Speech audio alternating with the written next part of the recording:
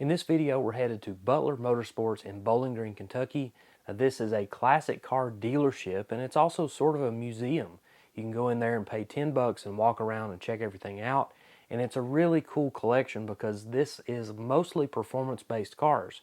There's not a lot of original stock classic cars or antique cars in this collection. There's a lot of performance stuff. So pro touring style cars, resto mods, pro street, and even some all-out drag cars. So this really got my attention, and I figured it would get yours too, so let's get into it. We're going to kick it off with this little 1927 Ford Roadster. Now, this thing's got full fenders. Most of the time you see these cars and they kind of look like a T-bucket, but this one's got full fenders on it. You can see it's got well drag-light wheels, and then it has a small block Ford with the Hilborn style scoop. A pretty neat looking car. Obviously it's a little outdated here and there, but looks like a lot of fun with those huge tires on the back. Sitting next to it is the quintessential street rod. This is a 33 Ford 3-window coupe. You can see it's got the suicide doors, chop top. It's got the one-piece hood that tilts to the side. And this car's got a great stance, billet wheels, red leather, everything you'd want in a street rod. And sitting next to it is a little Ford Maverick. Now, you don't often see these cars that are painted slick like this. You can see it's got the little scoop on the hood. It's got Keystone wheels, big tires on the back. This is a really nice looking car. It has a 302 under the hood, automatic transmission, and they're asking $25,000 for it. Up next is a high-end customized 55 Chevy Nomad, and look under the hood. This is a traditional small block Chevy, but look at that fuel injection system with the sort of a cross ram effect with those velocity stacks. This thing gets your attention in a hurry, and it probably runs pretty good too. This thing has the best of the best. You can see it's got a lot of chrome, a lot of polished aluminum, and a beautiful black paint job. And of course it sits just right. It's got some billet wheels on there, Willwood brakes, red interior, black outside. And this one's out of my price range by quite a ways at $200,000, but still a very cool piece.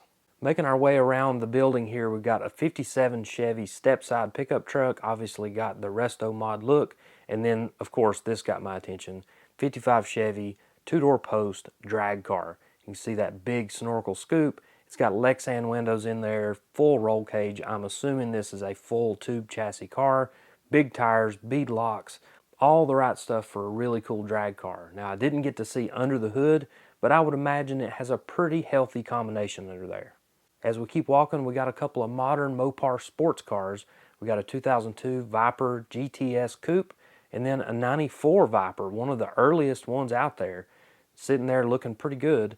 But this is what really got my attention. This 67 Camaro, and this thing is sitting just right. It's got a killer set of wheels on there, 17-inch front runners, bead locks on the back, and then under the hood is a supercharged LS combination. I don't know what kind of horsepower this thing makes, but it has a serious Whipple supercharger, Holley EFI, and all the stuff to make it work. On the inside of the Camaro, it's pretty much stock as far as the seats and the dash, but it does have a full roll cage. You can see that racing shifter, some racing gauges in there. This thing is set up for the street or the strip. Here we got another 67 Camaro, this time a Rally Sport, looking pretty much stock. Then a resto mod style car next to it, a 69 Super Sport 350 car. You can see it's got a vinyl top and of course that resale red paint job. This thing's got a great look. And then we've got a stock 69 Camaro, and this thing looks kind of like a Z28 with those stripes, but it's actually a 350 car, and they're asking $65,000 for this extremely nice Camaro. Here we go, here's another drag car, this time a C4 Corvette.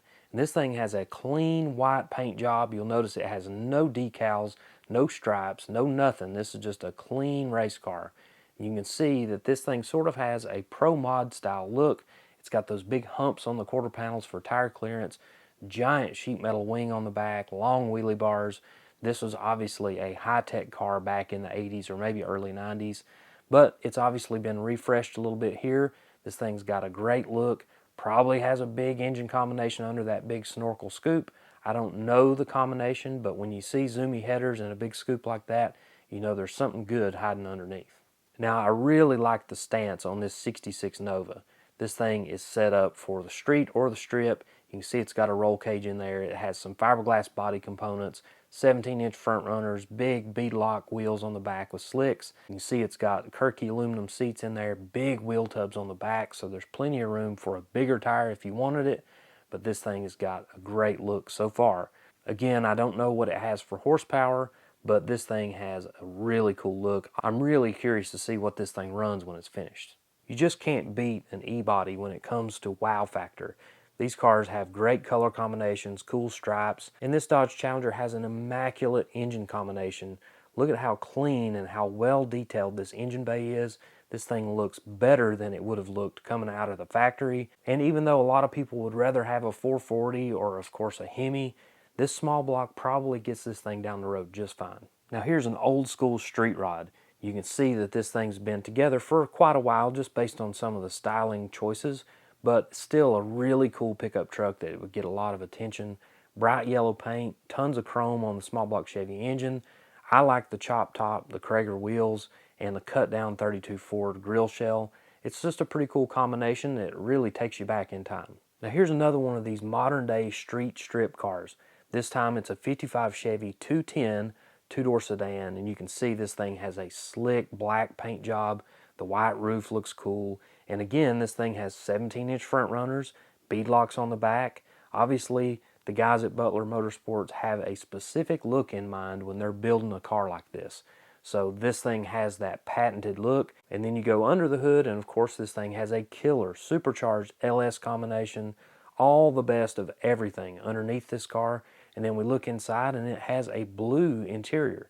So pretty much original as far as the stitching and the patterns, but some modern upgrades on the dash, the steering wheel. You see that armrest and cup holder setup. This thing's ready for the road, even though it looks like it's ready for the drag strip. Then we've got a full lineup of Tri-5 Chevys. We've got a 56, a 57, and then on the end a 55 Bel Air Coupe. This is the top of the line, best of everything. It's got the V8, which was new for 55, 265 cubic inches, wide white wall tires, full wheel covers, and every piece of chrome you can ask for on one of these cars. Lots of great stuff on the interior too. This is a great restored classic Chevy. In the back part of the building is more of a museum area. There's not a lot of cars for sale, but this is kind of where they store some of their projects and some of their parts and some other cool stuff, including this late 70s NASCAR. Now this is an Oldsmobile. I love the body style on this car, and this is a Cale Yarborough car. You can see the number 11, and then under the hood you can see this car does appear to have a more modern chassis underneath it. You can see some of that round tubing, some of the more modern suspension components, and then the more conventional small block Chevy engine. This has got a lot of great pieces, and of course that old school body with all those aluminum panels to help with aerodynamics. There was a lot of great tricks done on the sheet metal on these cars back in the day, and they still looked like production cars. So that's what makes them really cool and what makes them really hit home with people who grew up with this kind of stuff. You can't really have a car museum without having some sort of throwback to the Dukes of Hazzard. And here we have a General Lee Charger, bright orange, '01 on the door, flag on the roof. It's got all the elements for one of these TV cars, although this one didn't get smashed up. So I'm betting it is a replica or a tribute car to the famous TV cars. And then behind it, there's a little police car, which I don't think I've ever seen a Dodge Dart police car. But this one's painted up just like one. It's got the lights. It's got everything you want in a classic Mopar police car. All right, next up we got a 55 Chevy Gasser. And this thing is a recreation of a famous Bowling Green based 55 Chevy Gasser that raced back in the 60s. And this car belonged to Elmo Guy. He raced in D-Gas, and he was absolutely a dominating force in Kentucky. Now this car wasn't exactly like what you see here. This one has a straight axle in the front and radius wheel wells with giant tires and a narrowed rear end. They didn't have that kind of setup back in the 60s on this car, but this recreation has some great paint work. You can see the hand lettering is just like it was back in the 60s. And this car has a small block Chevy with fender well headers. You can see it's got that straight axle with the more modern Gasser style wheels, but this is a really cool tribute to a very well-known racer in the Bowling Green area. He won a lot at Beach Bend and other racetracks like in Owensboro and Tompkinsville, all over the state of Kentucky. He was known for his 55 Chevy, and this is a great tribute to this Hall of Fame racer. As we go further back in the garage area of this museum, there's quite a few old cars back here, including this 59 Cadillac, which is sort of famous. This thing was last seen on TV on the American Pickers show in 2022 and was last owned by Robbie Wolf. So pretty neat car that sat in a barn for over 30 years before getting brought back out and resurrected. Now this is what I like to see in a museum, a full-on project car. So this is an early Camaro. We see that it is rough. It's got some paint issues, it's got some sheet metal issues, but it does have a small block Chevy. You can see those Mickey Thompson valve covers. Somebody's put a HEI distributor in it, headers. You know, this thing was obviously on the road at some point, but it needs a lot of work nowadays. You can see it's got that horseshoe shifter, bucket seats, and a console. It's got a lot of good parts and pieces, but obviously needs some serious metal work, some serious body work, and a little bit of attention pretty much everywhere. As we make our way around the garage area, we've got a Ford F100. This truck's got a pretty cool stance, centerline wheels, nice looking engine combo. And then sitting next to it is a very cool Chevrolet work truck. Looks like about a 1970 C30. And this ton truck has got dual wheels on the back. You can see it's got those polished Alcoa wheels, cool stance, very slick paint job and cool lettering on there with Butler Motorsports. And this thing looks like it could do some work but also enter the local car show. It's a really cool piece. Next to it is an absolute cream puff station wagon from the 80s, and then a Hudson, four-door Hudson sedan. You can see the wide white wall tires, six-cylinder engine under the hood. These things were really futuristic because this body style came out in '48. They're almost like an automatic lead sled right out of the factory. Now here's an unusual one. This is a '67 Chevelle, and they've obviously swapped out the rear wheels and tires because this thing has a narrowed rear end and wheel tubs, but they've put regular roll-around tires and wheels on there. I can't wait to see what kind of combination they put on this car because, as we saw in the front side, they have an eye for really good stance and really good tires and wheels. So I would imagine this '67 Chevelle is going to look good real soon. Next up, we got a 4th gen Camaro. This is the Indy 500 car. And then next to it is a pristine mid-90s Mustang convertible. You can see the GT badges. That's a really nice car. Then we got some luxury cars. There's a little bit of everything in this collection. Here we got another classic pickup truck. Looks like a 55 or 56 Chevy. They've got it lowered down a little bit. Looks like some 20-inch wheels. But I didn't stick on that one very long because look at what's sitting next to it. This is a cool nostalgia super stock car. Looks to be about a '63 Dodge. Now, these things were absolutely dominant in superstock racing in the mid-60s, and this thing is set up for nostalgia superstock. So it's a little bit different than those original superstockers, but still pays tribute to a lot of those factory drag cars from back in the day.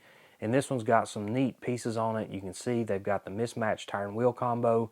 It's got Americans on the front and those cool steel wheels and slicks on the back. And I love the split paint job on the wheels. That's just a really cool thing that they did back in the day. And you'll see on the hood it says 426 cubic inches. Now in 1963, these cars would have had a wedge head, but a lot of guys put Hemis in these cars later on in the years. But I would assume this has a wedge-headed 426, like a max wedge style engine. But this thing is super cool. I didn't get the full history or the full rundown on it, but I love the look. The red, white, and blue, the ramrod racing on the doors. This thing has a really cool look, and hopefully somewhere down the road it'll get back on the track. Here's a few more cool cars and trucks. We got C10 long wheelbase truck, sitting right, steel wheels and dog dish caps. And then we got a '64 Ford Fairlane 4-door car. They've upgraded the tire and wheel package. And then a Fox body Mustang, and this one looks like it's ready to go to the drag strip today. And then check out this ramp truck. This is a Chevrolet ramp truck that they have upgraded with a completely new running gear. New chassis, new engine, new suspension, aluminum wheels. You can see that bed is immaculate. It's got storage areas underneath the ramp part. This is a really cool combination. It's something I would love to own to haul one of my old race cars with, but I think it's probably outside of my price range, but it was really cool to look at. There was a lot of great stuff to look at in the garage area of this museum, including this extremely rare Pontiac sedan delivery. Now these '50s sedan deliveries are pretty rare to begin with. Like the more common Chevrolets, you just don't see them very often, but you never see the Pontiac version of that, and this one is in excellent condition. Somebody obviously restored this thing many years ago. It's starting to show its age a little bit, but still extremely cool. Even though I concentrated mostly on the race cars and the cool performance stuff, there were some really cool classics in the front side of the dealership, including this 1937 Hudson Super 6. Now, this is an elegant sedan. You can see the wide white wall tires, slick paint. Somebody spent a lot of time and money restoring this car back to better than factory condition. They just don't make them like this anymore. Sitting outside is another one of these customized C30 pickup trucks. This one is all white, completely plain on the outside, no lettering or anything like that, but very clean, and it has a turbo Cummins 6-cylinder diesel engine under the hood. Air conditioning, I mean, this thing is set up and ready to go, ready to do some work or ready to take to the local cruise-in. That's it from Butler Motorsports in Bowling Green, Kentucky. A quick reminder that this is a dealership and a museum, so the inventory changes all the time. So you can go in here month after month and you're going to see some different cars in and out of here. They buy and they sell and they trade, and they end up with some really cool stuff. So you want to check it out. It's right outside of the Corvette Museum in Bowling Green. So if you're at the Corvette Museum, swing in at Butler Motorsports and check the place out.